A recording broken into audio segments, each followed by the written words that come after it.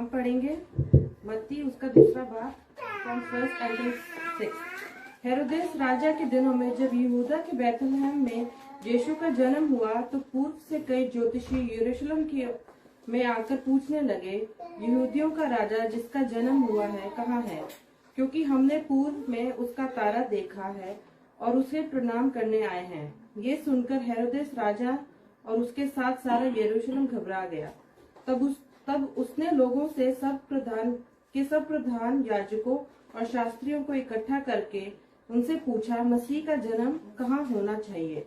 उन्होंने उससे कहा, यहूदिया का बैतलहम है, क्योंकि भविष्यद्वक्ता के द्वारा यूं लिखा गया है, हे बैतलहम, तू जो यहूदा का प्रदेश में है, तब तू किसी भी रीति से यहूदा के अधिकारियों में सबसे छोटा नहीं, क्योंकि तुझ में से एक अधिपति निकलेगा जो मेरी प्रजा इस्राएल की रखवाली करेगा। खूबसूरत बातें हमने सीखी कि जब यीशु मसीह हेरोदेस बादशाह के जमाना में पैदा हुआ तो देखो कई मजूसी पूरब से यरूशलेम में ये कहते हुए आए कि यहूदियों का जो बादशाह पैदा हुए है वो कहाँ है? Now, after Jesus was born in Bethlehem of Judah, in the days of the Herod the king, behold, the wise men from the east came to Jerusalem, saying, Where is he who has been born? The King of Jews. For we have seen his star in the east and have come to worship him. और हम पूरब में उसका तारा देखकर उसे सिजदा करने आए हैं। और ना कि एक मजूसी बल्कि कितने मजूसी? कई मजूसी, कई वाइस मैन। और ये सब के सब बड़े अक्लमंद और दानिशमंद लोग थे। वाइस मैन जो कहा जाता है इसका तर्जमा है दानिशवर शख्स, अक्लमंद शख्स, बड़ी सूझबूझ रखने वाला शख्स, उसे वाइस मैन कहा जाता है। और ये जो मजूसी जो यरूशलेम में आए थे ये कोई मामूली शख्सियतें नहीं थी। ये आतिशप्रस्त लोग थे। कौन से थे ये? आतिशप्रस्त, आग की पूजा करने वाले लोग थे ये लोग। और ये बादशाह लोग थे। और इसीलिए जब गीत गाया जाता है तो कहा जाता है कि मशरक के 3 बादशाह यरूशलेम में आए ताकि यीशु को सिजदा करें। और जब ये यरूशलेम में पहुंचे तो इन्होंने आकर ये सवाल किया है कि यहूदियों का बादशाह जो पैदा हुआ है वो कहां है? क्योंकि हम पूरब में उसका तारा देखकर उसे सिजदा करने आए हैं। पूरब में हमने उसका तारा देखा है और हम उसकी वर्शिप करने आए हैं, हम उसकी पूजा करने आए हैं, हम उसे प्रणाम करने आए हैं, उसे प्रणाम करने आए हैं। और एक गीत भी है, झुकते हैं प्रणाम करके आए हैं हम भजने भजने। झुकते हैं हम प्रणाम करके आए हैं हम भजने भजने। और मुबारक वो लोग हैं, दान वो लोग हैं जो खुदावंद अपने खुदा के हजूर प्रणाम करते हैं और उसके हजूर झुकते हैं और उसे सिजदाए ताजीम करते हैं। और जब ये पहुंचे वहां पर तो इन्होंने जब हेरोदिस बादशाह जी से कहा, मजूसियों ने कहा कि ये यहूदियों का बादशाह जो पैदा हुआ है वो कहां है,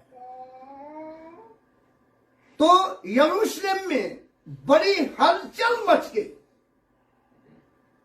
यरूशलेम में बड़ी दौड़ भाग मच गई है। यरूशलेम में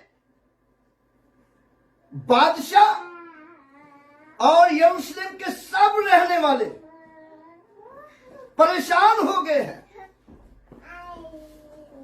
परेशान हो गए। परेशानी की वजह क्या हो सकती है? एक तो वजह यह भी है कि मिसाल के तौर पर मेरे घर में खुशी हो, मुझे बाहर से लोग आकर मुबारकबाद देते हो, मुझे पता भी ना हो क्या क्या है। मेरे घर में खुशी हो, मुझे लोग बाहर से आकर कह रहे हैं जी मुबारक हो और धन हो और बधाई हो, तो मैं परेशान नहीं हो जाऊंगा कि ये कैसी मुबारकबाद है, मुझे पता ही नहीं। और बादशाह की परेशानी की कोई इंतहा नहीं। जब ये खबर बादशाह तक पहुंची है, जब बादशाह तक ये खबर पहुंची है, तो हेरोदिस बादशाह की परेशानी की कोई इंतहा नहीं थी। और लिखा है, when Herod the king heard this, he was troubled. और ट्रबल, इतनी ट्रबल कि यहां वक्ता ही पै गया, कभी इधर कभी उधर। और जब वो परेशान हुआ है तो उसने क्या किया? उसने सरदार काहिनों को बुलाया। किनको बुलाया? हाई प्रीस्ट को बुलाया और जितने भी हैकल के दानश्वर पुजारी थे उनको बुलाया और कबीलों के सरदारों को बुलाया और जब उनको बुलाया है तो उनसे तहकीक की है, उनसे रिसर्च की है, उनसे पूछा है कि मसीह की पैदाइश कहां होनी चाहिए, मसीह की पैदाइश कहां होनी चाहिए। इसका मतलब क्या हुआ? इसका मतलब यह है कि हेरोदिस बादशाह इस बात को जानता था कि इस तरह पैदाइश हो सकती है, तो वो किसकी हो सकती है? मसीह की हो सकती है। जिसका सितारा आसमान पर दिखाई दिया जा सकता है, वो किसका हो सकता है? मसीह का हो सकता है। इसीलिए उसने सवाल ही ये किया है, क्वेश्चन ही ये किया है कि मसीह की पैदाइश कहां होनी चाहिए। और बहुत दफा हम बहुत कुछ जानते होते हैं, बहुत कुछ जानते होते हैं और उन पर अमल नहीं करते और उनको दिल से एक्सेप्ट नहीं करते और उनको दिल से मानते नहीं हैं। जानते हैं बहुत कुछ, जानते हैं बहुत कुछ। जैसा अगर हम रोमियो के नाम पौलुस रसूल का खत पढ़े, Roman chapter 1, Roman chapter 1, brother आपके पास बाइबल है, जरा इस हवाले को पढ़े जरा। Roman chapter 1 verse 21।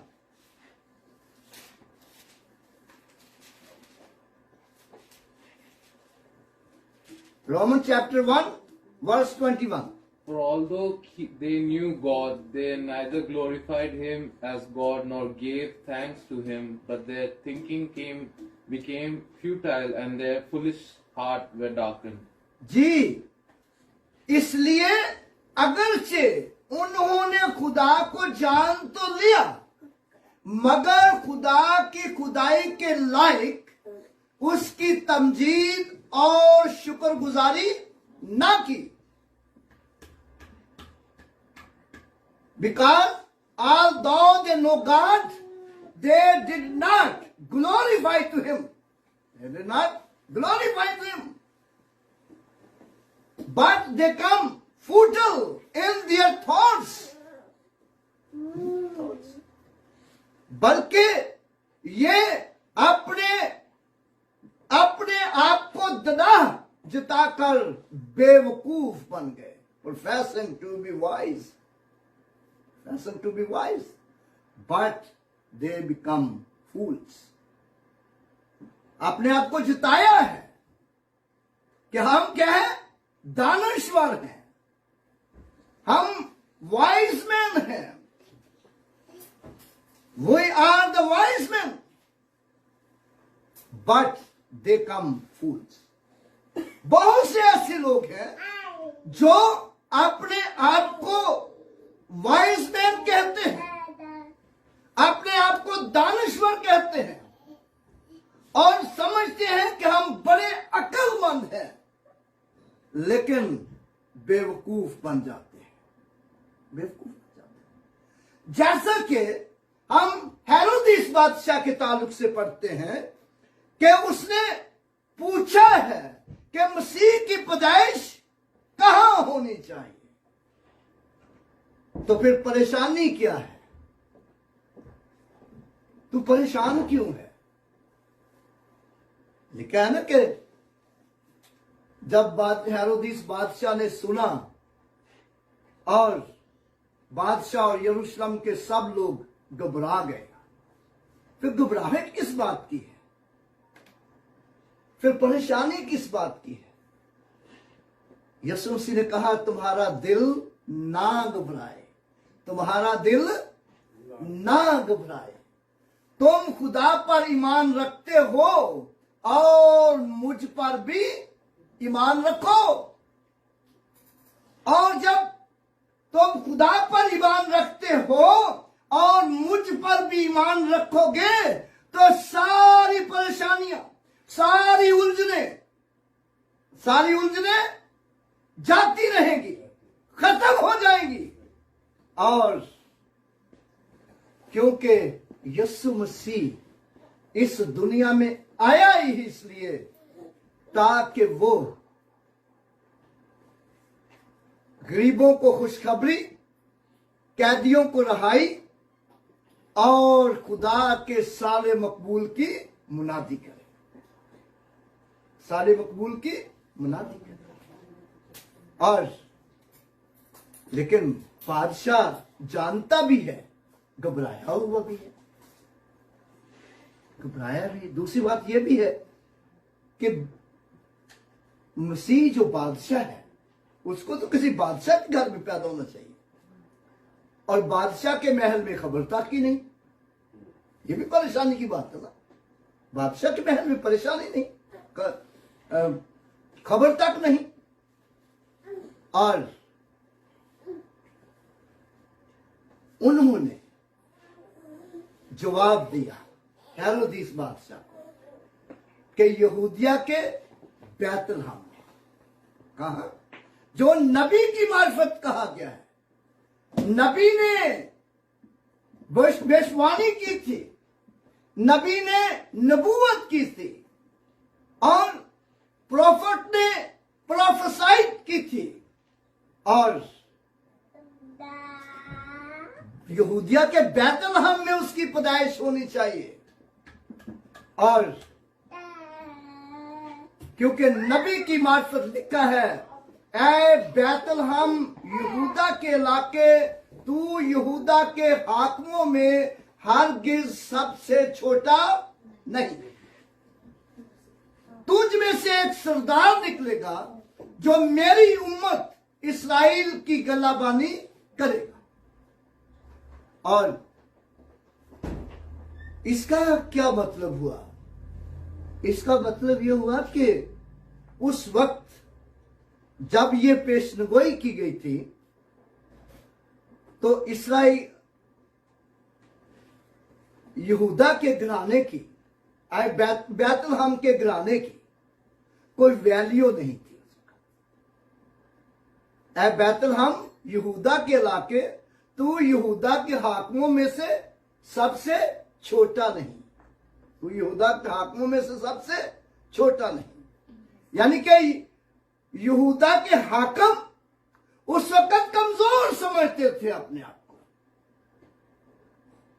कमजोर समझते थे बैतलहम के लोग। और बैतलहम के लोग अपने आप को अनवैल्यूएबल समझते थे, कोई हमारी अहमियत नहीं है। लेकिन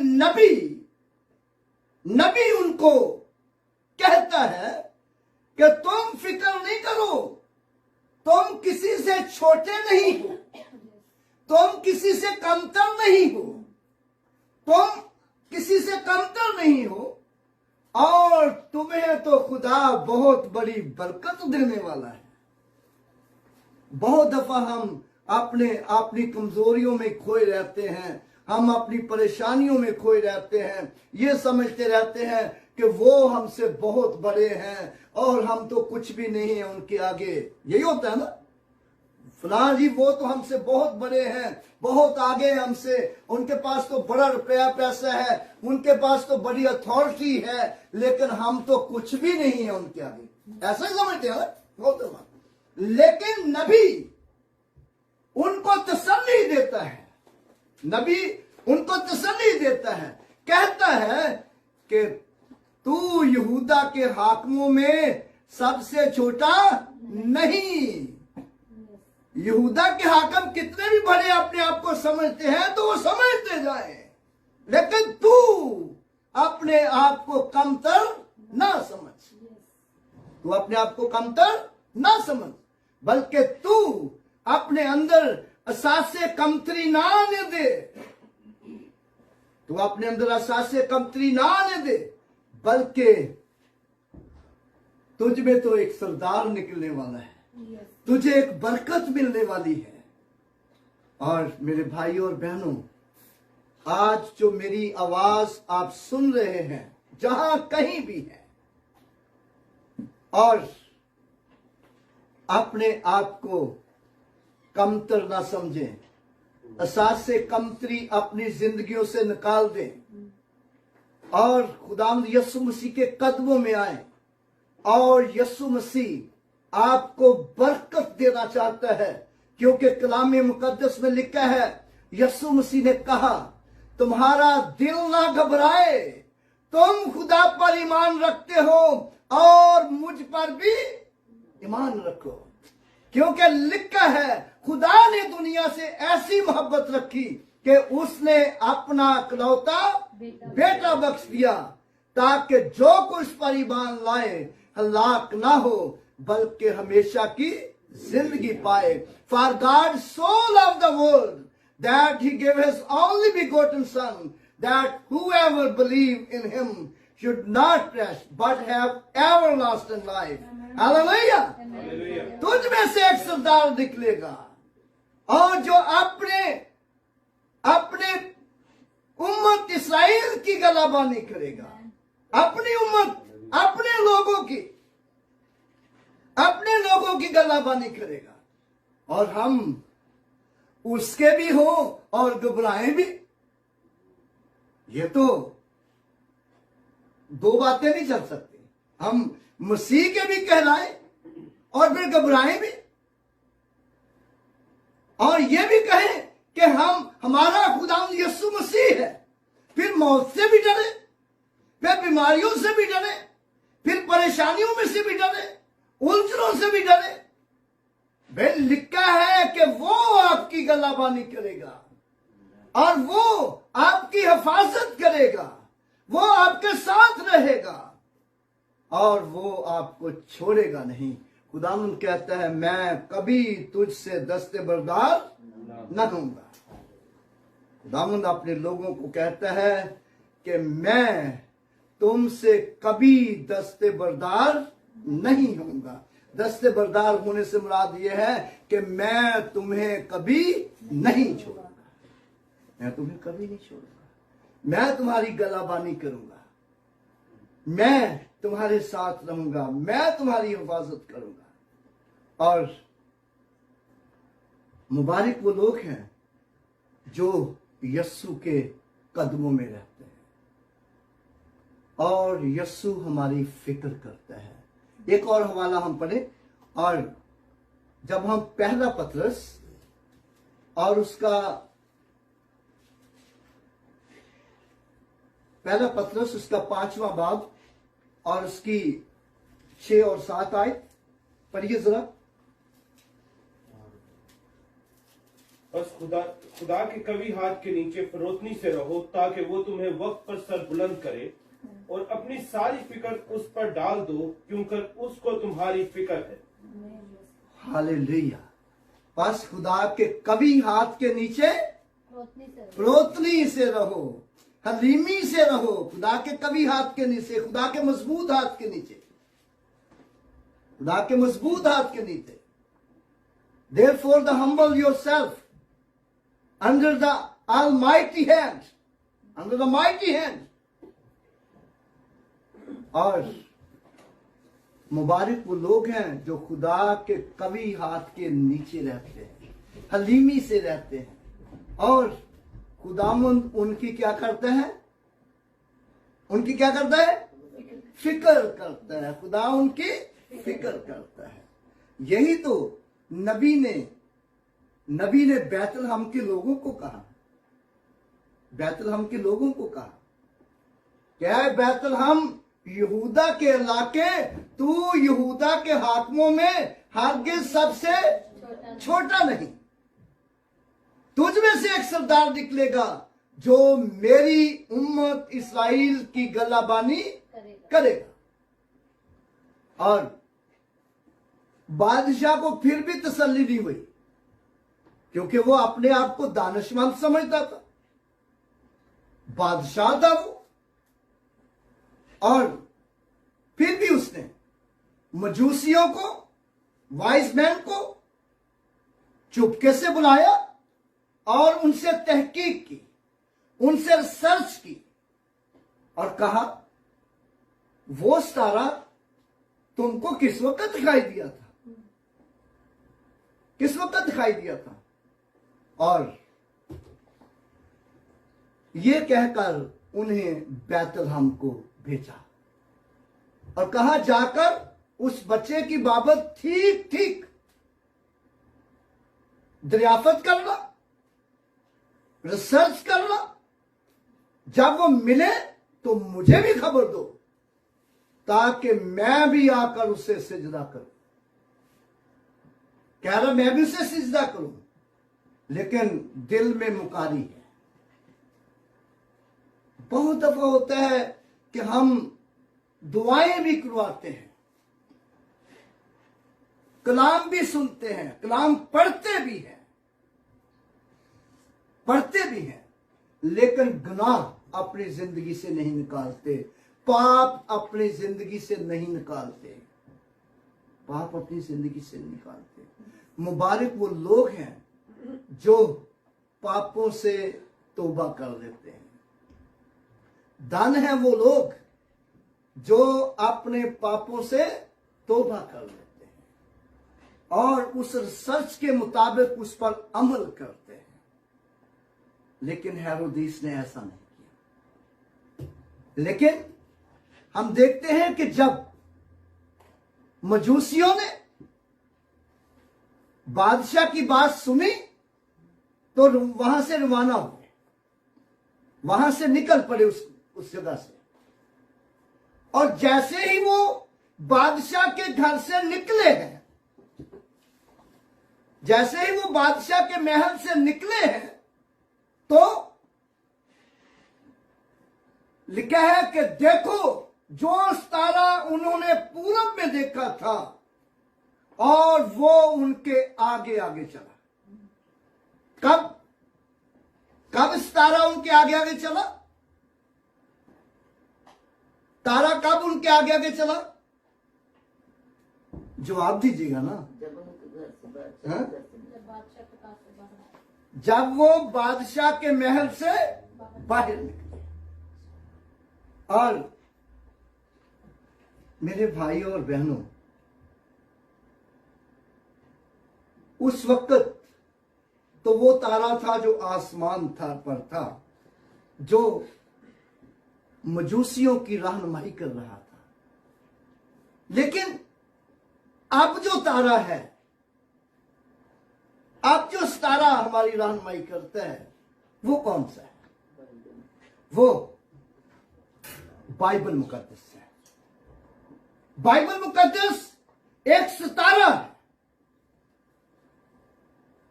बाइबल मुकद्दस वो सितारा है जो पापों से निकलने की राह बताता है। बाइबल मुकद्दस वो सितारा है जो जिंदगी की राह बताता है। बाइबल मुकद्दस वो सितारा है जो मुक्ति की राह बताता है, और ना सिर्फ राह बताता है बल्कि मुक्ति तक पहुंचाता है। बाइबल मुकद्दस वो सितारा है जो मुक्ति की राह दिखाता है। और इसलिए हम बादशाह के महल से निकले, यानी कि गुनाह की जगह से निकले, पापों की जगह से निकले। यहां आपके लिए परेशानी है, यहां आपके लिए मुश्किलें हैं, वहां से निकले और बाइबल मुकद्दस की रहनुमाई में आए, और बाइबल मुकद्दस आपकी रहनुमाई करेगी और बाइबल मुकद्दस आपको मुक्ति तक ले जाएगी। क्योंकि बाइबल मुकद्दस वो सितारा है जो जिंदगी की राह बताता है। बाइबल मुकद्दस वो सितारा है जो मुक्ति की राह बताता है। बाइबल मुकद्दस वो सितारा है जो दुनिया में जिंदगी गुजारने का तरीका बताता है, और हम कैसे दुनिया में जिंदगी गुजार सकते हैं। और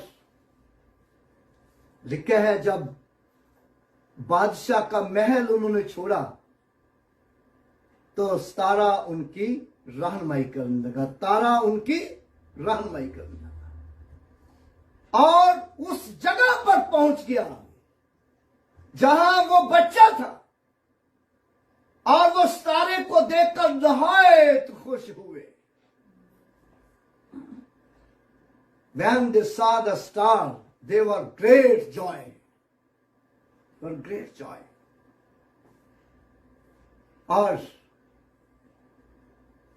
और उन्होंने उस घर में जाकर बच्चे को उसकी मां के पास देखा, मां मरियम के पास देखा, और जब उन्होंने उसे देखा तो देखते ही नहीं रह गए, बल्कि क्या किया? गिरकर सिजदा किया। They kneel down and worship him. Kneel down and worship him. और उन्होंने झुककर उसे सिजदा किया। और फिर सिर्फ सिजदा नहीं किया, बल्कि अपने डब्बे खोल दिए, अपने खजाने खोल दिए। When they had opened their treasures, gift to him gold and frankness and more. और उन्होंने अपने खजाने खोल दिए और उर्दू में जो लिखा है डब्बे हैं, लेकिन अंग्रेजी में ट्रेजर का खजाना ना, खजाने, उन्होंने अपने खजाने ही खोल दिए और उसको नजर कर दी। और खजाने में, डब्बे में तो कुछ थोड़ा होता है, तो जहां खजाना जमा किया जाता है वहां तो बहुत होता है ना। यानी कि उन्होंने अपने दिल पूरी तरह उनके उसके आगे खोल दिए। मेरे भाइयों और बहनों, आइए हम भी अपने दिलों को उसके आगे खोलें, दिलों को उसके आगे खोलें और अपने तोहफे उसके हुजूर लाएं। और सबसे बड़ा तोहफा, सबसे बड़ा गिफ्ट जो खुदावंद मांगता है वो हमारी जिंदगी है, हमारा दिल है। क्या है? हमारा हृदय है, हमारा हृदय मांगता है। कहता है मैं अपना जीवन, अपना हृदय मुझे दे दे, मुझे दे दे, और मैं इस हृदय को, मैं इस दिल को ऐसा शफाफ करूंगा, ऐसा साफ करूंगा, इस तरह इसमें किसी तरह का पाप, किसी तरह की मुश्किल ही नहीं रह जाएगी। मेरे भाइयों और बहनों, मुबारक वो लोग हैं, धन है वो लोग जो खुदावन अपने खुदा की वर्शिप करते हैं और उसको मुबारक कहते हैं। आओ हम हमेशा बाइबल मुकद्दस को अपनी जिंदगी में पहला दर्जा दें और यीशु के साथ वफादारी और सच्चाई से चलें। और इस सितारे की जो मजूसियों ने आसमान पर देखा, और इस सितारे की पेशनगोई किसने की थी? किसने की थी? और इस तारे की पेशनगोई मूसा नबी ने की थी। किसने की थी? मूसा नबी ने। और जब हम आखिर में एक हवाला पढ़ ले, फिर हम बंद करते हैं। Number chapter 24 verse 17। Number chapter 24 verse 17। Brother आप इंग्लिश में से वाले को पढ़ दें। I see him, but not now. I behold him, but not near. A star will come out of Jacob. A spectre will rise out of Israel. He will crush the foreheads of Moab.